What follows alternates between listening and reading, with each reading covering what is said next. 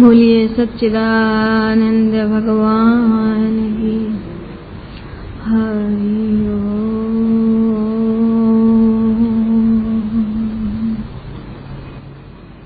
यं ब्रह्मा वरुणेन्द्र रुद्रमरुत स्तवन्ति दिव्यैस्तवे वेदैशाङ्गपदक्रमोपनिषदे गायन्ति यमशामगा ध्यानावस्थितद्गतेन मनसा पश्यन्ति यं योगिनो यशान्तन्न विदुसुरासुरगणा देवाय तस्मै नमः। नारायणं नमस्कृतं नरं चैव नरोत्तमं देवी सरस्वती व्यासं ततो जयमुदीरये। इन्द्रियाणाम् अधिष्ठात्री भूतानां चाखिलेषु या भूतेषु सततं तस्मै व्याप्तिदेव्ये नमो नमः।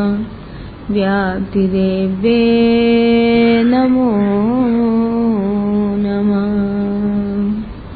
ॐ भद्रं नो अपि वातयमनः। ॐ शान्ति शान्ति शान्ति।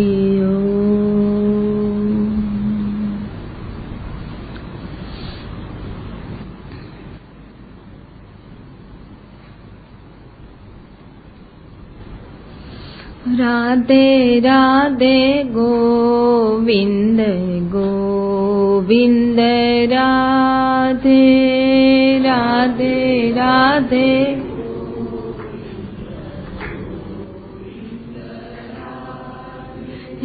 राधे राधे गोविंद गोविंद राधे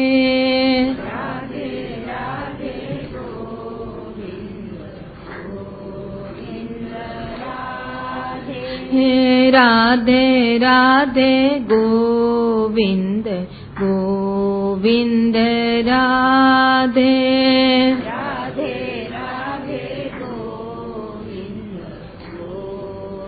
गोविंद राधे राधे राधे गोविंद गोविंद राधे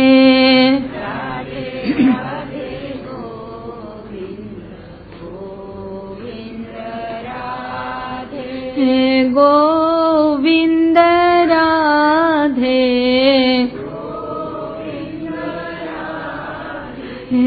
गोविंद राधे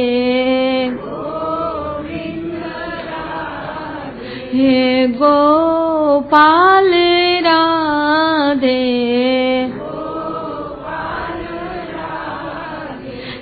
राधे राधे गोविंद गोविंद राधे राधे राधे गोविंद गोविंद राधे राधे राधे गोविंद गोविंद राधे राधे राधे गोविंद गोविंद राधे राधे राधे गोविंद गोविंद राधे।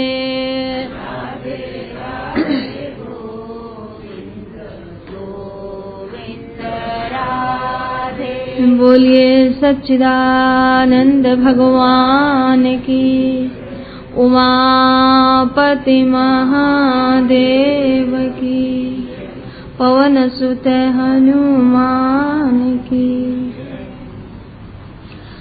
सद्घन चिद्घन आनंद घन कल्याण गुणगण निलय अव्यक्त अविनाशी सर्वेश्वर जगत नियंता जगदाधार करुणा वरुणालय भगवान की असीम हित की कृपा के साथ विचार कर रहे थे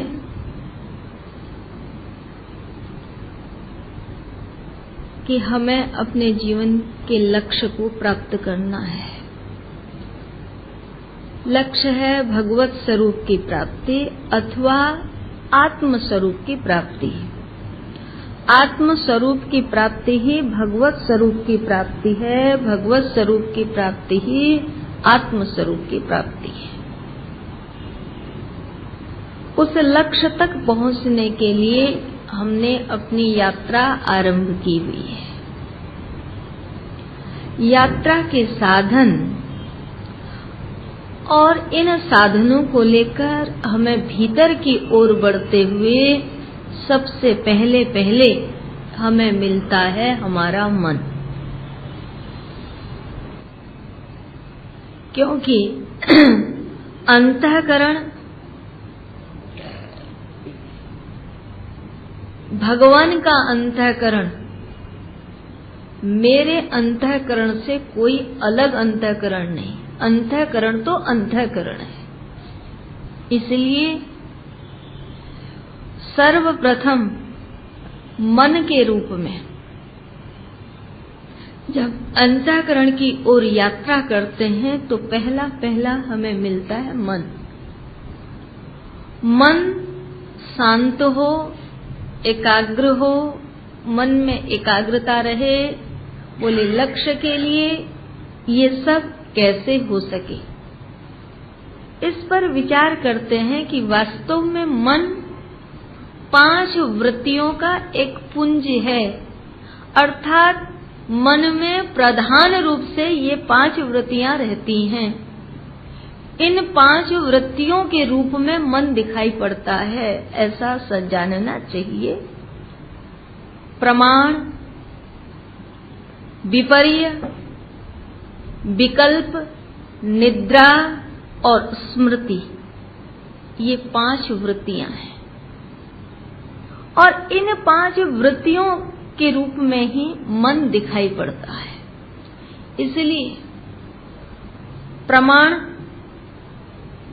बुद्धि मन की वृत्ति है, विपर्य उल्टा, हो कुछ दिखे कुछ विपर्य, यह भी मन की वृत्ति है। और विकल्प करना मन का रूप है, निद्रा मन का रूप है, स्मृति मन का रूप है। इसलिए मन में प्रधान रूप से 5 वृत्तियां होते हुए भी प्रधान रूप से 2 वृत्ति, जिसका मैंने कल जिक्र किया था कि एक धर्मा अनुकूल है, एक क्लिष्ट वृत्ति और एक अक्लिष्ट कहते हैं, और उसे यूं कहिए कि एक धर्मा अनुकूल है, एक धर्मा प्रतिकूल है। जिनमें प्रतिकूल वृत्तियां हैं अर्थात दोष हैं, उनकी ओर न जाते हुए धर्मा अनुकूल वृत्ति बने, धर्म में अनुकूलता हो इस मन की, उसके लिए हमें विचार करना चाहिए। धर्म में रुचि हो, धर्म के अनुसार, धर्म के अनुकूल हमारी मन की वृत्ति रहे, तो धर्मा अनुकूल वृत्ति को, मन की वृत्ति को बनाने में सबसे बड़ी रुकावट क्या आ रही है, मन अशांत क्यों है, इसके लिए हमें विचार करना चाहिए। यदि विचार करें गंभीरता से तो आपको दिखाई पड़ेगा कि आपके मन का अशांत होने का कारण एक ही है। वह कारण है कामना, वह कारण है इच्छा, वह कारण है आपके भीतर की चाह। जितनी जितनी कामनाएं मन में होंगी उतना उतना मन अशांत होगा। आप चाहते हैं, जिसके भीतर जितनी चाह होगी उतना उसका मन अशांत होगा, अस्थिर होगा। मन की अस्थिरता का मूल कारण है कामना। जितनी आपके मन से कामनाएं छूटेंगे उतना आपका मन स्वतः स्थिर होता जाएगा। और ज्यों-ज्यों यत्र मन चंचल तत्र तत्र मन, जहां जहां चंचलता दिखाई पड़ रही है और उस चंचलता का नाम ही संसार है, उस अस्थिरता का नाम ही संसार है। और जहां स्थिरता है, जहां स्थिरता है और वहीं आनंद है, अर्थात स्वस्वरूप है। इसलिए मन में स्थिरता लाभ कब होगी? बोले जब आपके उसकी प्रतीति क्या है कि सबसे पहली बात है कि भगवान भाष्यकार विवेक चूड़ामणि में बहुत अच्छी मन की बात कहते हुए कहा, मनेव संतुष्टो निन्या स्थित प्रज्ञदोचिते, अर्थात जिसका मन अत्यंत अनन्यता से संतुष्ट है, जिसके मन में संतुष्टि है। बोले किसके मन में संतुष्टि है? जिसकी प्रज्ञा में स्थिरता है, जिसकी बुद्धि में स्थिरता है, उसके मन में संतुष्टि है। तो मन का सबसे बड़ा धर्मा अनुकूल चलने का जो गुण है वो क्या होना चाहिए? बोले मन में सबसे बड़ी बात है कि संतुष्टि हो, संतोष के समान, संतुष्टि के समान। इसीलिए किसी कवि ने बहुत अच्छी बात कही, गौधन गाजधन और रतन धन खान, जब आए संतोष धना सब धन धूरे समान। मन में सबसे बड़ी बात है कि संतुष्टि होनी चाहिए। आज विचार करें तो देखें कि सबसे बड़ी बात यह है कि सब कुछ होने पर भी मन व्यक्ति का संतुष्ट नहीं है, तृप्त नहीं है। मन में सदैव अतृप्ति बनी रहती है, अर्थात कुछ न कुछ कामनाएं, कुछ न कुछ इच्छाएं मन के अंदर बनी रहती हैं और उसी के कारण हमारा मन अस्थिर होता हुआ घूमता रहता है। इसलिए मन में संतोष हो, संतुष्टि हो। और दूसरा, मन से और भीतर की ओर बढ़े तो हमें चित्त दिखाई पड़ता है। बोले हृदय में चित्त, हृदय के अंदर क्या होनी चाहिए? मन में संतुष्टि हो और हृदय में दया हो और बुद्धि में क्षमा। क्षमा बुद्धि के अंदर, अर्थात क्रोध की भावना न हो करके, क्योंकि व्यक्ति के अंदर जब उसके अहम वृत्ति को, बुद्धि को किसी प्रकार की भी चोट पहुंचती है तो उसके अंदर क्रोध उत्पन्न होता है। उसकी बुद्धि को चोट पहुंचने पर, आघात पहुंचने पर व्यक्ति के का स्वभाव है कि उसके अंदर क्रोध उत्पन्न होता है। इसलिए क्रोध को दूर करने के लिए जो वृत्ति है वो क्षमा की होनी चाहिए और हृदय में दया होनी चाहिए, मन में संतोष होना चाहिए। बोले ये तीन चीजें हमारे जीवन में आ जाएं, संतुष्टि आ जाए मन में, जो कुछ है, जो हमको मिला है, जो हमको प्राप्त है, यह भगवान की कृपा से, ईश्वर की कृपा से ये मान करके चलें कि जो कुछ मुझे भगवान ने दिया है इसके लिए मेरा क्या प्रयास था, मैंने इसके लिए क्या कोशिश थी कि और फिर भी मुझे इतना कुछ भगवान ने दिया है। हर समय भगवान के आगे यही प्रार्थना हो कि हे प्रभु, जो कुछ तूने मुझे दिया है ये बहुत है, बहुत है, ऐसा कहकर निरंतर अंदर से उसमें अपने आप को प्रसन्न रखने की चेष्टा करें, कोशिश करें। परंतु हमारी बुद्धि वहां जाती है, जो हमारे पास नहीं है उसे हम देखते हैं, जो है उसे भूल जाते हैं। उदाहरण के लिए, एक बार एक मोर का बच्चा रो रहा था बहुत जोर जोर से। उसकी माँ ने उससे पूछा, बेटा रोते क्यों हो? उसने कहा कि मेरी आवाज कोयल की जैसी मीठी नहीं है। मैं चाहता हूँ कि मेरी आवाज कोयल की जैसी मीठी होती। और कोयल का बच्चा रो रहा, तो कोयल की माँ ने पूछा, बेटा रोते क्यों? मेरे पंख मोर जैसे सुंदर नहीं है। मैं चाहता था कि मेरे पंख मोर के समान सुंदर होते। अर्थात जो नहीं है वो हमें दिखाई पड़ता है और जो है उसे हम भूल जाते हैं। इसलिए जो कुछ मेरे पास है ये भगवान का दिया हुआ बहुत कुछ है, ऐसा समझ करके व्यक्ति को सदैव संतुष्ट वृत्ति होनी चाहिए।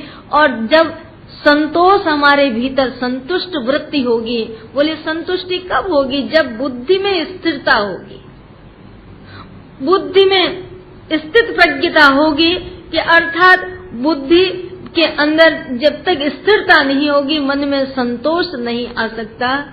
इसीलिए इस वृत्ति को विचार करने के लिए हमें सदैव सत्संग की आवश्यकता पड़ती है, सद्विचारों की आवश्यकता पड़ती है, सत्पुरुषों की, इनके सानिध्य में बैठकर, गुरुजनों के सानिध्य में बैठकर स्वाध्याय के द्वारा, सत्संग के द्वारा, सेवा के द्वारा इससे हमें क्या मिलेगा? बोले संतुष्टि मिलेगी, मन में संतोष आएगा। और मन के अंदर संतोष तभी उत्पन्न होगा कि जब हमारे अंदर से धीरे धीरे कामनाएं कम होती जाएंगी, कामनाएं निकलती जाएंगी। कामना है कि हमें ये भी चाहिए, हमें ये भी चाहिए, ये भी चाहिए, हमारी चाह घटती चली जाएगी, इच्छाएं कम होती जाएंगी। ज्यों-ज्यों इच्छाएं कम होती जाएंगी, चाह कम होती जाएगी, त्यों-त्यों हमारे अंदर संतोष बढ़ता जाएगा। और जितना भीतर से संतुष्ट बढ़ती जाएगी, उतनी मन की स्थिरता होती चली जाएगी। मन स्थिर होता चलाएगा, शांत हो जाए, स्थिर हो जाए, ठहर जाए। हम चाहते तो हैं कि मन हमारा स्थिर हो जाए, पर अस्थिरता का जो कारण है उसको जब तक दूर नहीं करोगे तो ये स्थिर कैसे होगा? तो अस्थिरता का एक कारण है, सबसे बड़ा जो कारण है वो कारण है हमारी इच्छाएं, हमारी कामनाएं, कामनाओं के कारण। तो कामनाएं कैसी हैं? बोले संसार के प्रति जो कामनाएं हैं, ऐसा हो जाना चाहिए, मुझे ये मिल जाना चाहिए, यही तमाम हमारी कामनाओं को। और भगवान का भजन भी करते हैं, भगवान को याद भी करते हैं, तीर्थ भी करते हैं, सत्संग भी करते हैं, सेवा भी करते हैं, तो उसके पीछे भी हमारी कामना यही रहती है कि ये कार्य करने से, हमें इतना जप करने से, इतना पूजा करने से मेरी ये कामना की प्राप्ति हो जाएगी, ये इच्छा मेरी पूरी हो जाएगी। चाह पूरी नहीं हुई और भगवान में श्रद्धा घट गई, अशांति हो गई, और मंत्र में, गुरु में, शास्त्र में, संत में विश्वास हमारा घटने लगता है, क्योंकि हमने की ही भक्ति, की ही सेवा, किया ही सुमरन इसीलिए था कि हमारी इस कामना के, हमारी इस इच्छा की पूर्ति हो जाए। पर इच्छा पूर्ति न हुई तो बड़ा दुख हुआ, बड़ा कष्ट हुआ, और वह आनंद हमारा समाप्त हो गया।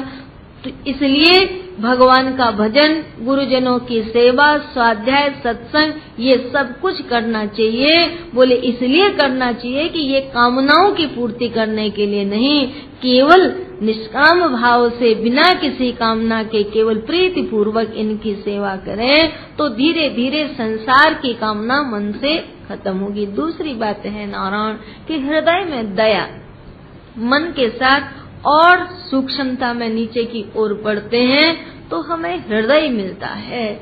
हृदय में अंतःकरण के अंदर चित्त है, और दूसरा जिसे हम सब लोग सहृदय हैं, भगवान ने हमें, भगवान को प्राप्त करने के लिए हमें हृदय मिला हुआ है। तो हमें इसी शरीर में, इसी हृदय में हमें देखना चाहिए। बोले क्या देखना चाहिए? कि सबसे बड़ा हृदय का गुण होना चाहिए दया। दया का मतलब ये इतना नहीं है कि आपने दया करके किसी निर्धन को वस्त्र पहना दिया। कोई निर्धन व्यक्ति दिखा जिसके तन पर वस्त्र नहीं है, आपको बड़ी दया आई, आपने उसे कपड़ा पहना दिया। और कोई व्यक्ति बड़ा भूखा आपको नजर आया, आपको बड़ी दया आई, आपने उसको भोजन करा दिया। कोई व्यक्ति प्यासा है, आपको उस पर दया आ गई, आपने उसे पानी पिला दिया। और कोई व्यक्ति रास्ता भटक रहा है और उसे रास्ता नहीं दिखाई पड़ता और उसे रास्ते से आपने चला दिया, लगा दिया, तो आपके अंदर दया आ गई।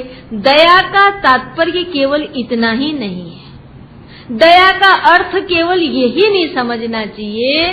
दया का अर्थ ये है कि जो मैं हूँ सबको अपना समझना, सब में अपने आपा को देखना दया है। सब में अपने से अलग न समझना, सबके भीतर, सबके अंदर, सबको अपना जैसा अपना समझना ही सबसे बड़ी दया है नारायण। ऐसे तो आप दया क्या, किसी को थोड़े से आदमियों को पानी पिला करके, थोड़े से आदमियों को कपड़ा पहना करके, थोड़े से आदमियों को भोजन करा करके विचार करो कि सारे दिन में आपको इतना कितना अवसर मिलता है कि आप ये काम दूसरों औरों के साथ में कर सके। तो आप विचार करें कि हर दिन तो ये काम हमसे होता नहीं है, तो इससे हमें कोई संतुष्टि नहीं मिलेगी, खुशी नहीं मिलेगी। तो इसलिए केवल मात्र यही करना, इसी का नाम दया है, सो बात नहीं। दयालु बहुत हैं। बोले कैसे दयालु हैं? प्रभु दयालु हैं। ऐसे दयालु हैं कि भगवान श्री राम ने स्वयं जटायु के शरीर में लगी हुई धूल को भगवान ने अपने वस्त्रों से झाड़ करके साफ किया। एक संत हुए हैं नारायण, इसी प्रसंग में मुझे एक बात याद आ रही है कि बड़े अच्छे संत हुए हैं, हरिद्वार से कुछ दूर में ही रहते थे। तो एक बार की घटना थी कि अच्छे महात्मा थे, उनके पास में ही कुटिया थी और वो उसमें रहा करते थे।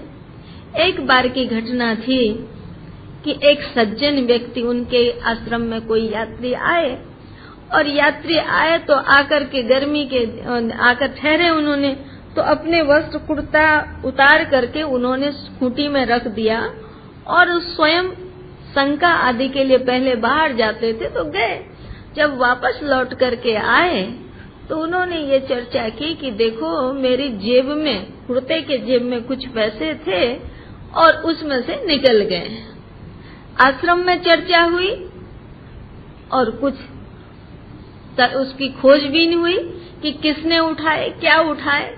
घटना बड़ी सामान्य सी है, पर दया और संत के स्वभाव की बात है, वो देखने जैसी बात है कि महात्मा के आगे जब ये चर्चा चली, पता चला कि अमुक व्यक्ति ने उठाया, वो भी कोई नया साधक ही था, और उसको पैसे उनके जो गए थे सेठ जी के, वो सारे के सारे मिल गए।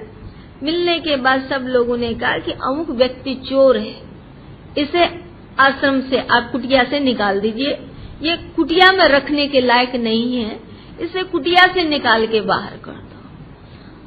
महात्मा जी सुनते रहे कि कुटिया से निकाल करके इसे बाहर कर दो।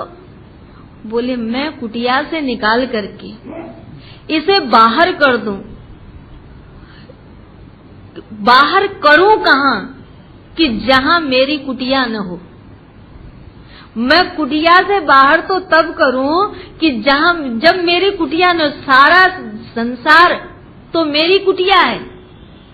संत के लिए एक वही उनकी छोटी सी कुटिया ही कुटिया नहीं है, उनके लिए तो उन्होंने कहा कि सारा संसार ही मेरी कुटिया है। तो मैं इसे अपनी कुटिया से निकाल करके बाहर कहां करूं? इसे तो मैं कुटिया से बाहर निकाल नहीं सकता, मैं इस कुटिया को छोड़ सकता हूं। अर्थात उस दिन से उन महात्मा ने उस कुटिया में रहना स्वयं तो छोड़ दिया, पर उस व्यक्ति को, क्योंकि जो इस कुटिया में रह रहा है, यदि मैं इस वृत्ति को लेकर के इसे यहाँ से निकाल करके बाहर करूंगा तो ये बाहर दूसरी जगह भी जो जाएगा, इसे निकाल देने से इसके हृदय का सुधार नहीं हो जाएगा। इसकी गलती पर इसे त्याग देने से, इसे निकाल देने से, इसे दूर कर देने से इसका सुधार नहीं होगा। इसका सुधार तो गलती हुई है, इसका सुधार तो तब हो सकता है जब वो इस आश्रम में रहेगा, सुनेगा, समझेगा, तो उसको अवसर दिया जाए तो वो उसमें उसका सुधार हो सकता है। उसका सुधार इसमें नहीं होगा कि इसे निकाल दिया जाए। महात्मा जी कहते हैं कि मैं तो इसे अपनी कुटिया से निकाल करके इसे बाहर नहीं कर सकता, अपितु मैं इस कुटिया को छोड़ सकता हूँ। अर्थात उन्होंने उस कुटिया को छोड़ दिया। तो इसका मतलब क्या हुआ? इसका मतलब यह है कि संत के हृदय में कैसी भावना है कि उन्हें जैसी अपनी कुटिया लगती है वैसी कुटिया ही सारा संसार लगता है, उनके लिए कोई भेद नहीं है। और दूसरी बात, अपने जैसा ही, अपने हृदय जैसा ही दूसरे को समझना, ये दया है। अपने आप को, दूसरे में भी अपने आपा को देखना, अपने आप को ही देखना, ये दया है।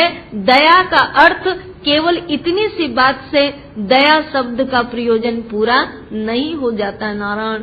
इसलिए ये विचार करना चाहिए कि हमें सब में, सबके भीतर, सबके अंदर वही एक परमात्मा है। मैं, जो मेरे भीतर है वो मेरे में है, वो सब में है, जो सब में है वो मेरे में है।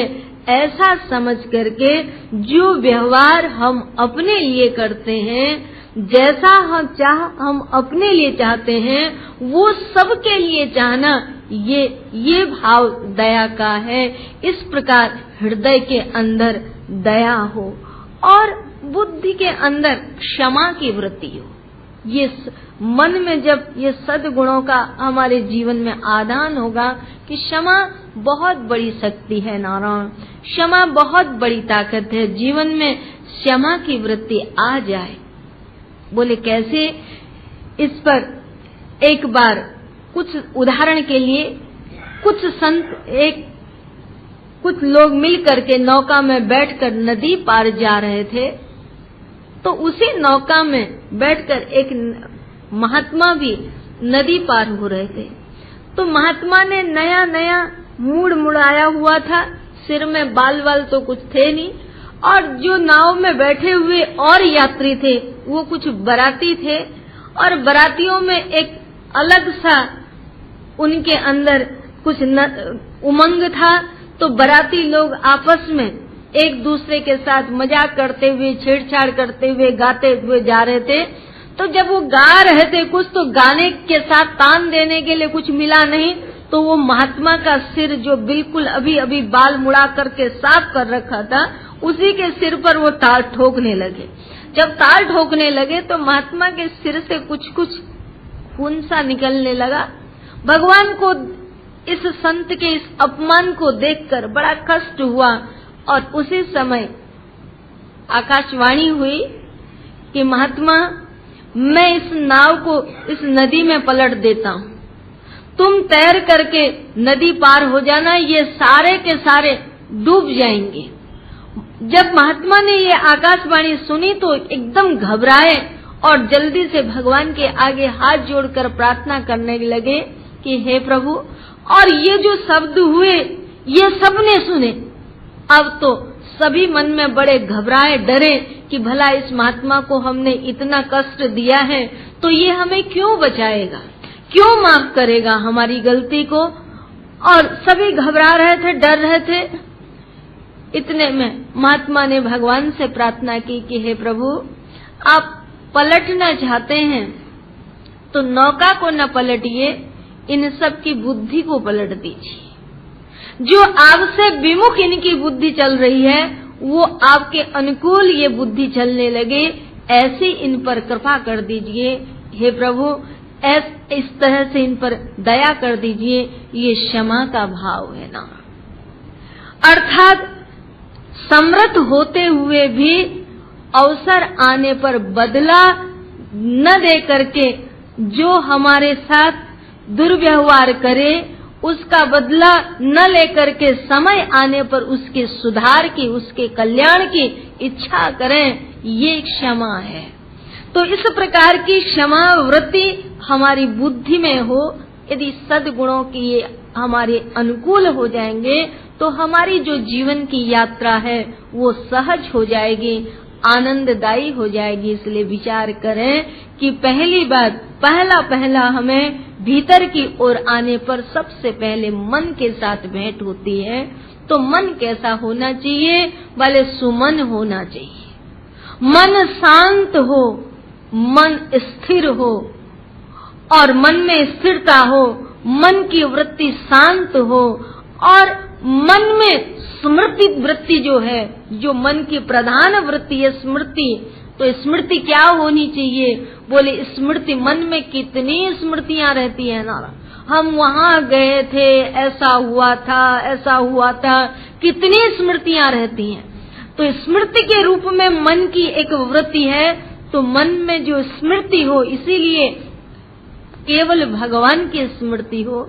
यही परंपरा है कि प्रातः काल उठ करके मंदिर दर्शन करने के लिए इसलिए जाया जाता है कि वहां जाकर भगवान के हम जब दर्शन करते हैं तो भगवान की सुंदर छवि जो हमने देखी वो हमारे मनस्मृति में ऐसी बैठ जाए कि हम संपूर्ण दिन उसी का दर्शन करते रहें और सारे दिन वही स्मृति हमारे मन के अंदर बनी रहे और जब वो स्मृति के बने रहते हमारे अंदर आनंद की अनुभूति होती रहे, सुख की अनुभूति होती रहे। इसीलिए मंदिरों में जाकर के भगवान के दर्शन करने की वो है। इसी प्रकार जब सत्संग में जाकर के जो हमने सुना उन शब्दों को अपनी स्मृति में ला करके, मन की स्मृति में लाकर हम आनंदित होते रहे, प्रसन्न होते रहे।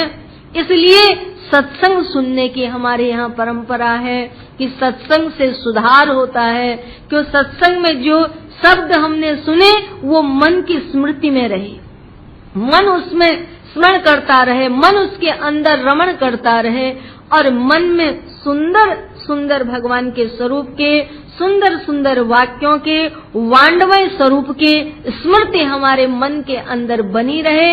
इसलिए हमें सत्संग सुनना चाहिए और मन के विपर्यों को दूर करने के लिए, मन के विपर्य दूर हो, माने मन के अंदर, इसके लिए हमें सत्संग करना चाहिए और मन के विकल्प दूर हो, विकल्प मन के दूर हो, उसके लिए हमें सत्संकल्प करते रहना चाहिए। सत्संकल्प के साथ मन को बांधे रहो और मन में निद्रा न रहे। एक वृत्ति है मन निद्रामय वृत्ति में निरंतर मन के अंदर निद्रा नहीं रहे, उसमें प्रमाद नहीं रहे, मन में चेतना बनी रहे, मन सदैव मन के अंदर चैतन्य वृत्ति रहे, मन में निद्रा की वृत्ति नहीं रहे। नींद में भी कुछ याद नहीं रहता है नारायण। जब हम नींद में रहते हैं तो तब भी सब कुछ भुलाए रहते हैं।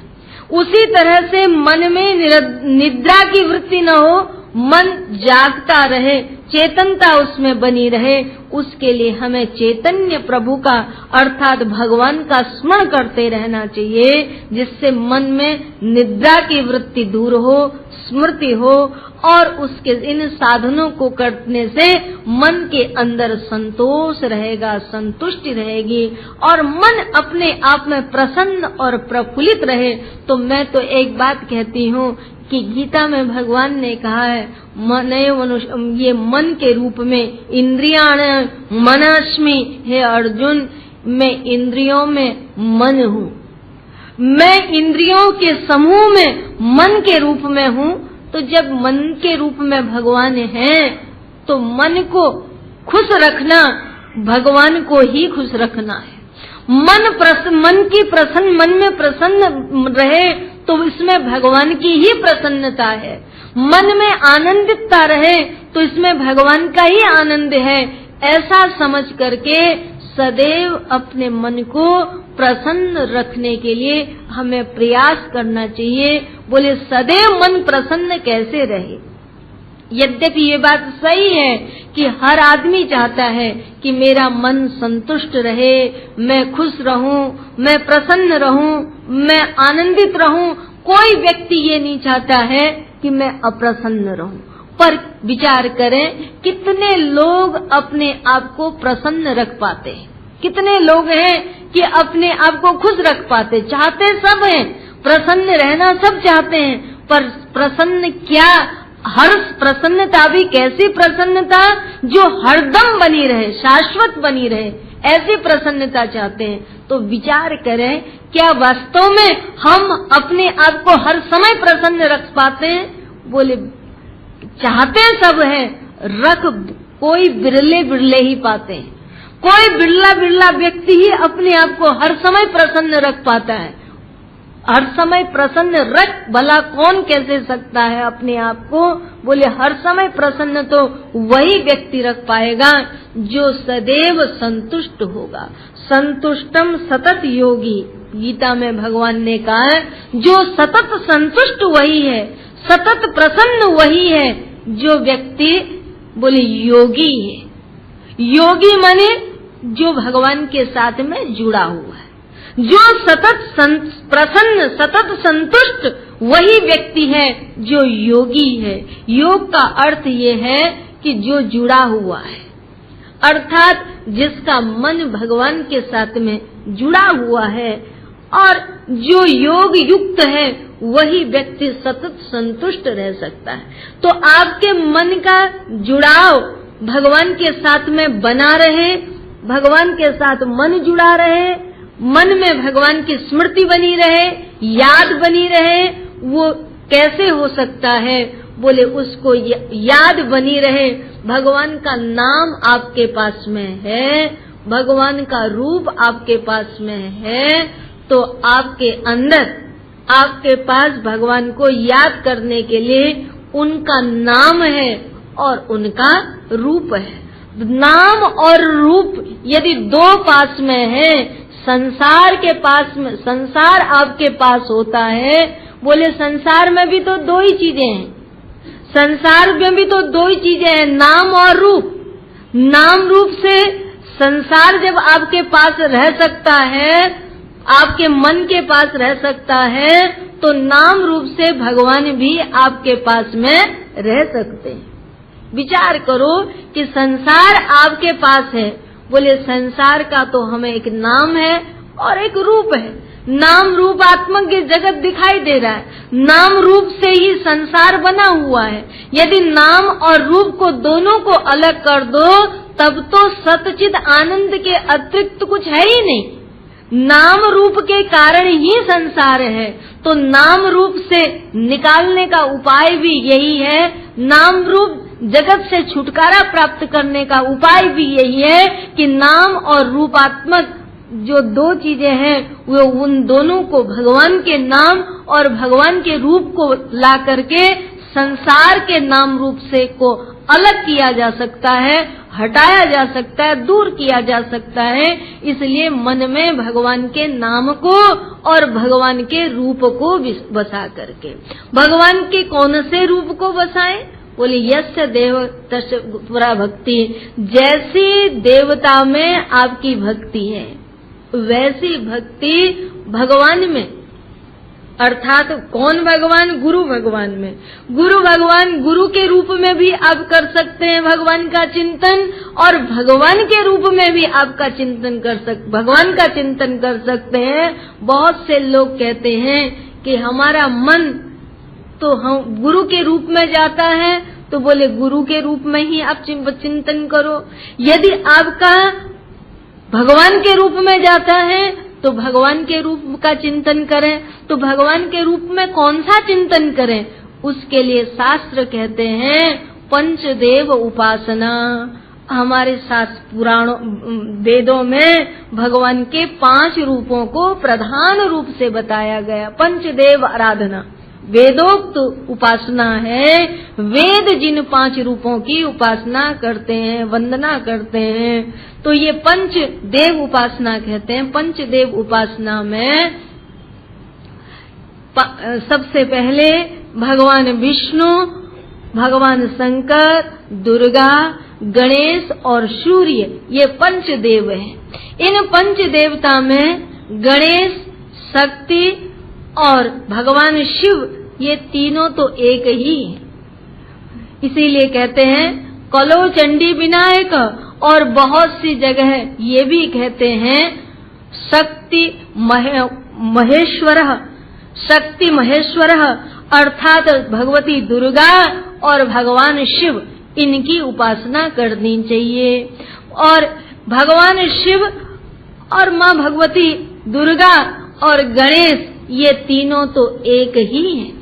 भगवान विष्णु के रूप में, भगवान विष्णु के रूप में हम राम की उपासना करते हैं, भगवान विष्णु के रूप में हम कृष्ण की उपासना करते हैं, भगवान विष्णु के रूप में इन देवताओं की उपासना करते हैं, और श्री हनुमान जी रुद्र के रूप में ही भगवान श्री हनुमान जी की उपासना करते हैं बहुत से लोग। तो ये सब पंचदेव अंतर्गत ही है, पंचदेवों के साथ ही है। पंचदेवों से ये उपासना, कोई कहे कि हम तो विष्णु की उपासना नहीं करते, हम तो हनुमान जी की उपासना करते हैं, कोई ये बोले कि हम तो राम जी की उपासना करते हैं, कोई ये बोले कि हम कृष्ण की उपासना करते हैं, परंतु यदि कोई इस रूप में भी उपासना करता है तो ये उपासना भी पंचदेव अंतर्गत ही है, क्योंकि ये सब भगवान विष्णु के ही स्वरूप है, रूप है।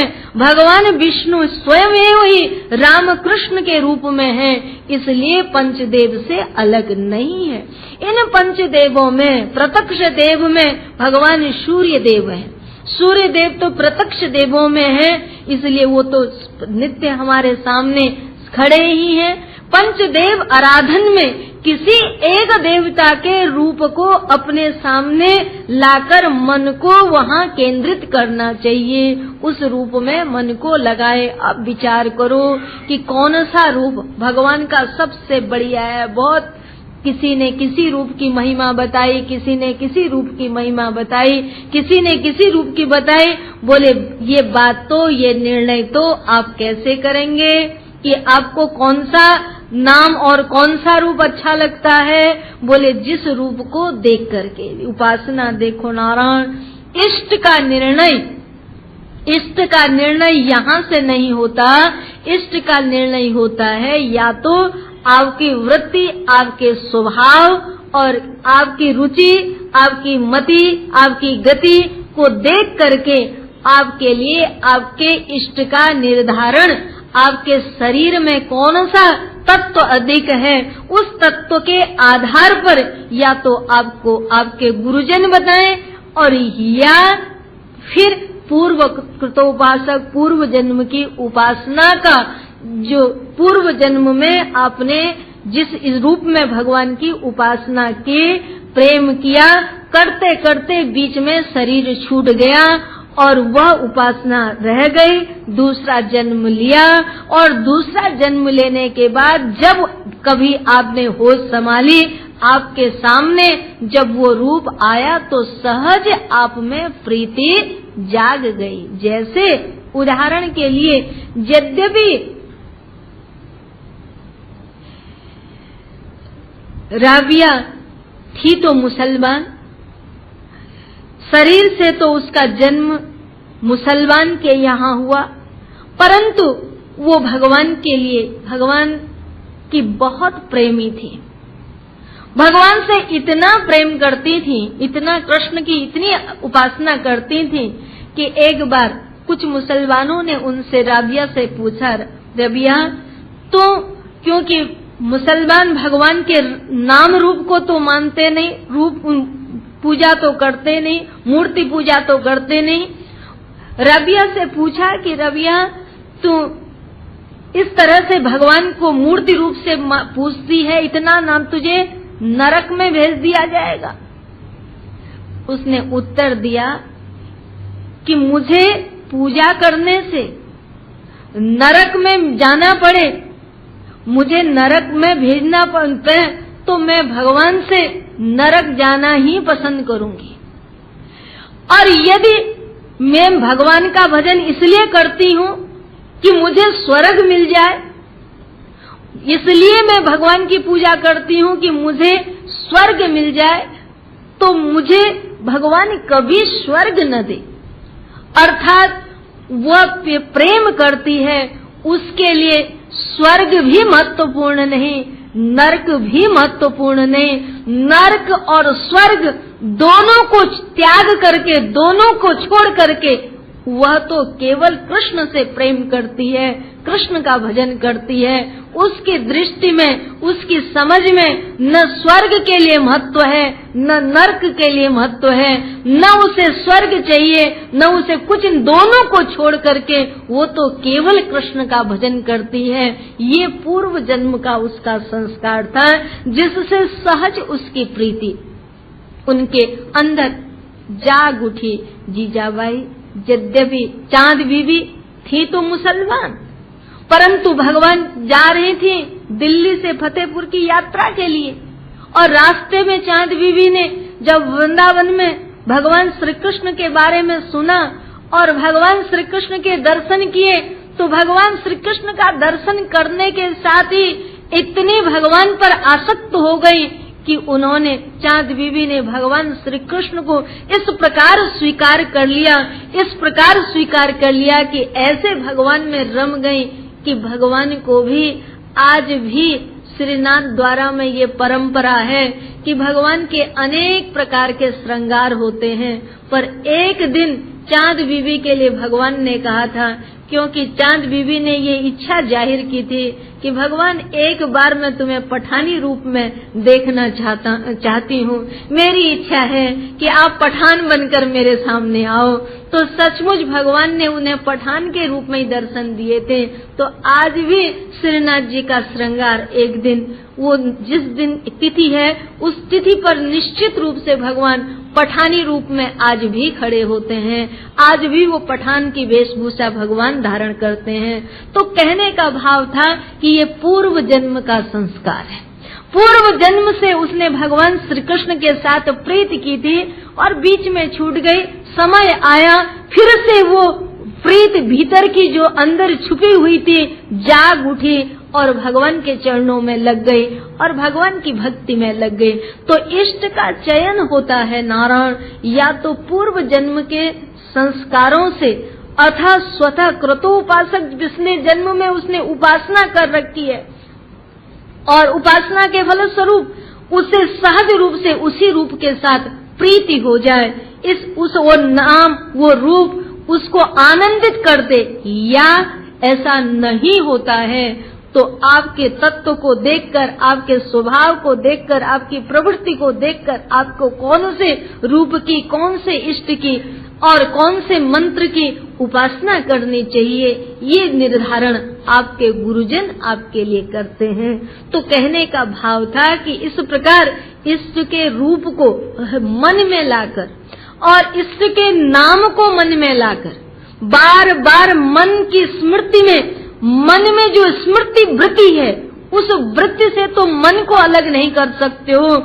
मन की वृत्ति से मन को निकाल करके अलग, मन अलग कर दें, वृत्ति अलग कर दें, ऐसा यदि नहीं हो सकता तो वृत्ति में वह संसार का जो नाम रूप बसा हुआ है उस नाम रूप को अलग करने के लिए नाम और रूप का ही आधार बनाकर नाम रूप के साथ ही जोड़ दीजिए। तो इस प्रकार भगवान के नाम को, भगवान के रूप को वृत्ति में ला करके बार बार मन में लाकर आप जब उसमें लग जाएंगे तो धीरे धीरे भगवत नाम, भगवत रूप आपके मन में बसने से आपको क्या मिलेगा? बोले ऐसा करने से आपका मन संतुष्ट होगा। और इस प्रकार की जो प्रक्रिया है, ये जो क्रम चलेगा, यही इसी का नाम है नारायण योग। ये अंदर का योग है, भीतर का योग है, इसको कहते हैं योग। और जो केवल शरीर को याद रखना, जो शरीर को स्वस्थ रखने के लिए, जो शरीर को स्फूर्तिमय बनाने के लिए, शरीर को निरोगी रखने के लिए, शरीर को ठीक ठाक रखने के लिए जो किया जाता है तो वो तो भले योगा हो, परंतु वो योग नहीं हो सकता। योग तो वही हो सकता है जो हमें भगवान के साथ में, प्रभु के साथ में, सत्य के साथ में, अपने स्वरूप के साथ में जोड़ दे, उसी का नाम योग है। इसलिए हमें जुड़ना किसके साथ में है? बोले भगवान के साथ में। और जुड़ने के लिए वह जो जुड़ चुका है वही योगी है, और वह योगी पुरुष ही सदैव संतुष्टम सतत योगी यत आत्मा दृढ़ निश्चयी। भगवान कहते हैं यत्मान पुरुष जिसके अंदर दृढ़ निश्चय है, जिसका निश्चय दृढ़ है, जिसने अपनी इंद्रियों को बस में कर लिया है, वही व्यक्ति सतत संतुष्ट रह सकता है, सतत प्रसन्न रह सकता है। इसलिए हमारे जीवन में मन में संतुष्टि आए, तृप्ति मिले, वह तभी संभव है जब इसके मन को नाम रूप के साथ जोड़ लेंगे, अर्थात योग युक्त होने पर ही संतुष्टि मिलती है। योग से विमुख होकर के मन संतुष्ट नहीं हो सकता। तो पहला पड़ाव है मन और दूसरा पड़ाव है हृदय बुद्धि अंतःकरण। मन बुद्धि चित्त अहंकार, जो ये अंतःकरण चतुष्टय है, इसको शुद्ध करना, इसको समझ पर, क्योंकि इस अंतःकरण से विलग कोई अंतःकरण दूसरा नहीं है। जिस अंतःकरण में जाकर भगवान की प्राप्ति हो सके, भगवान से मिलन हो सके, इस अंतःकरण को छोड़ करके दूसरा कोई अंतःकरण नहीं है नारायण। इसलिए जो अंतःकरण यहाँ है वही सब, इसीलिए इसी अंतःकरण में, इसी शरीर में, इसी अंतःकरण के भीतर हमें अपने लक्ष्य को प्राप्त करना है। बोलो सच्चिदानंद भगवान की। इन्हीं शब्दों के साथ अभी के वक्तव्य को विराम देती हूँ, शेष चर्चा कल करेंगे। बोलिए सच्चिदानंद भगवान। हे दीन बंधो करुणैक सिंधो, हे दीन बंधो करुणैक सिंधो, मां पाहि नित्यं भगवन् नमस्ते, मां पाहि नित्यं भगवन् नमस्ते। हे दीन बंधो करुणैक सिंधु, हे दीन बंधु करुणैक सिंधु, मां पाहि नित्यं भगवन् नमस्ते, मां पाहि नित्यं भगवन् नमस्ते, मां पाहि नित्यं भगवन् नमस्ते, मां पाहि नित्यं भगवन्। हे दीन बंधो करुणैक सिंधु, हे दीन बंधु करुणैक सिंधु, हे दीन बंधु करुणैक सिंधु, हे दीन बंधु करुणैक सिंधु, मां पाहि नित्यं भगवन् नमस्ते, मां पाहि नित्यं भगवन् नमस्ते, मां पाहि नित्यं भगवन् नमस्ते, मां पाहि नित्यं भगवन् नमस्ते। ओम शांति शांति शांति। ओम।